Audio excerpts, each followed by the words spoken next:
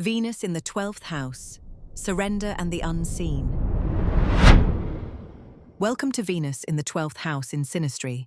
In this overlay, we explore what happens when one person's Venus falls into another person's 12th house, the house of the unconscious, hidden life, solitude, spiritual depth, and everything that exists just beyond the threshold of ordinary perception. This is one of the most quietly powerful overlays in all of Synastry, and also one of the most genuinely difficult to describe. It does not operate through clarity. It does not announce itself. It works through atmosphere, through impression, through a quality of feeling that resists being named with any precision. And that resistance is not a limitation of the overlay, but an accurate expression of what the 12th house actually is.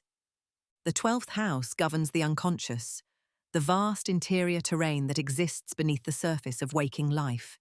In Hellenistic tradition, it was called the house of bad spirit, positioned cadent, and in aversion to the ascendant, unable to see the chart's primary point of embodied selfhood. This is not merely a technical detail. It encodes something genuine about the nature of 12th house experience. It is the part of life that does not see itself clearly, that operates in the peripheral vision rather than the direct gaze. It is the house of what has been hidden, what has been surrendered, what remains unresolved from a past so distant it no longer has a clear shape.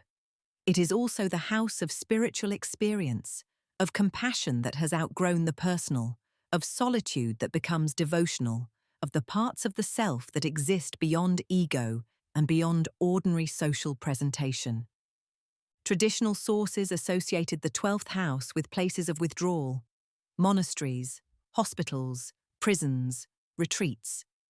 The underlying principle connecting these is not misfortune exactly, but removal from ordinary visibility.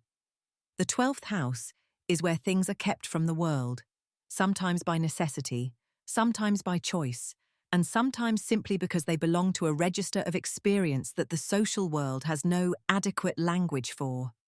When Venus falls here in Synastry, one person's Venus landing in another person's 12th house, love enters this hidden register.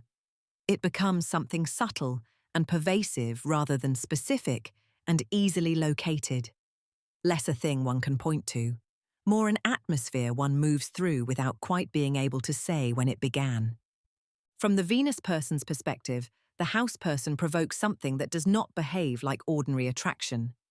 There may be a quality of recognition, a sense of having encountered this person before, in some register that does not belong to this life. The Venus person may feel moved to be gentle with the house person in a way they cannot entirely explain, to love them with an unusual patience, to extend a tenderness that surprises even themselves.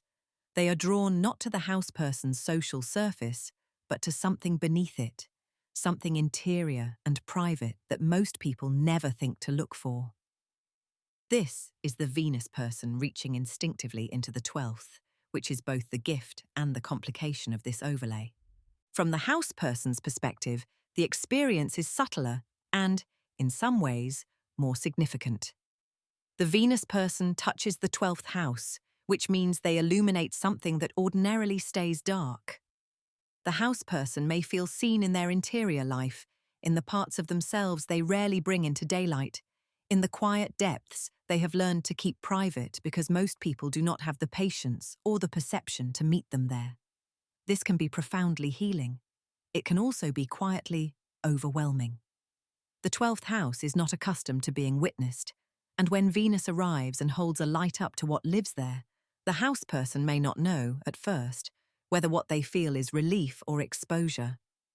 At its most beautiful, this overlay creates a love that is genuinely spiritual in quality, not spiritual in a vague or decorative sense, but in the precise sense of operating beyond the ego, beyond performance, beyond the social calculations that ordinarily shape how we present affection. The Venus person loves the house person with an unusual acceptance. They meet the house person's shadow, their wounds, their solitude, and do not recoil. The house person, in turn, may feel unconditionally held for perhaps the first time. There is compassion in this overlay that few others generate as naturally. Traditional astrology offers a useful clarification here. Venus is a benefic, a planet associated with harmony, connection, pleasure, and affection. But a benefic placed in a cadent house, particularly one as averse to the ascendant as the 12th, is a benefic whose gifts are distributed quietly rather than publicly. Venus in the 12th house does not produce love that arrives at the front door and announces itself. She produces love that moves through the interior of a life, felt deeply, perhaps profoundly, but not easily made visible. This is neither good nor bad. It is simply the nature of the terrain. Venus here gives her gifts, but she gives them in private. This is worth sitting with. The 12th house overlay is frequently associated with secret relationships or hidden love, and while this is a real possibility, it is not the only expression of the dynamic. More fundamental than secrecy is the quality of interiority. The love between these two people is cherished in a way that does not require the world's acknowledgement. It may exist perfectly openly in the social sense while still being essentially private, held between the two people in a register that belongs to them alone, that neither of them could fully explain to anyone else even if they tried. However, the 12th house is also the house of self-undoing, and Venus here is not exempt from that theme. This is where the shadow dimension of the overlay must be named with some care.